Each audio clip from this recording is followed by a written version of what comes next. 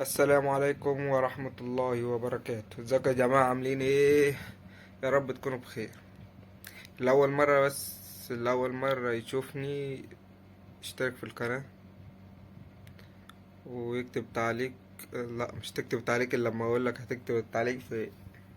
المهم يا صاحبي، مش تنسى تحط لايك عشان الفيديو ده يوصل لأكبر عدد ممكن من الجمهور. واللي مش مشترك في القناة ينزل يحط اشتراك في القناة، بسيطة مش هتخسر حاجة.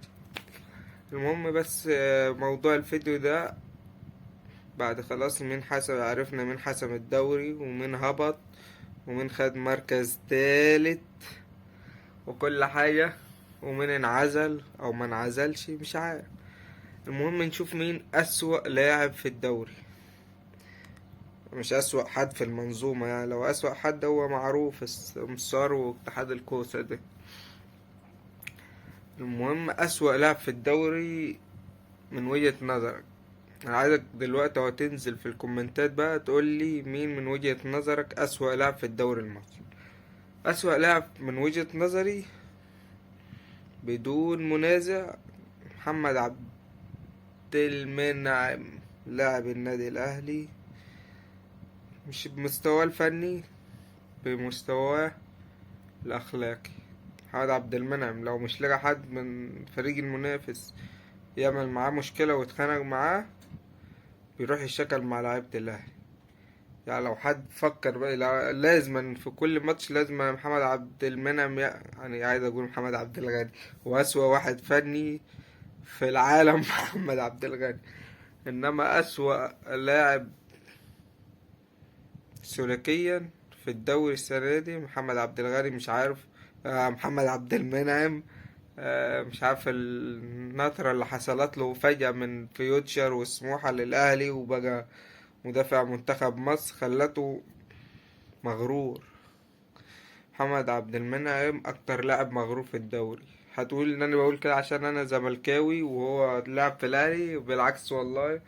يعني انا عندي محمد الشناوي بحترمه جدا، لاعب خلوق ومحترم جدا.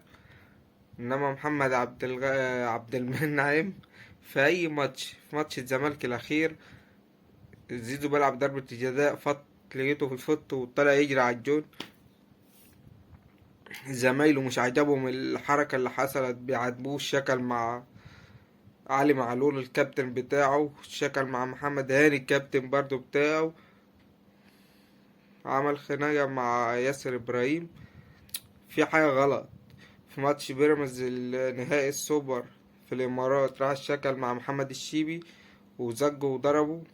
راح عمل خناقة قبل كده مع رمضان صبحي، وفضل طولة الماتش كل شوية يروح لرمضان صبحي. انت عايز تاخد اللقطة ماشي، بس مش كده. لا، ما انت اللعيبه اللي معاك اللي كانت مع رمضان صبحي مش عامله، يعني مش بتعمل الحوار اللي انت بتعمله ده. انت عايز تاخد اللقطه قدام الجمهور ان انت حامي الحمى بتاع الاهلي.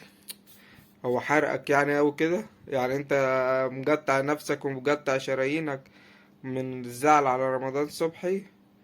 طبعا يا جماعه انا اللقطات قدامكم اهيت، كل المشاكل بتاعت كل خناقات الكابتن محمد عبد الغني، عشان مش تقول يعني ان انا ظالمه وان انا جاي عليه. وادارة الاهلي بنفسها اهي، ادارة الاهلي بتعترف ان هو بتاع مشاكل، وجاب نهائي افريقيا كمان اللي اللعيبة بتكون مركزة في كل تفصيلة. لا، هو اهم حاجة عنده نفسه وغروره، مصوره ان هو بقى اكبر حاجة في النادي ومحدش قده.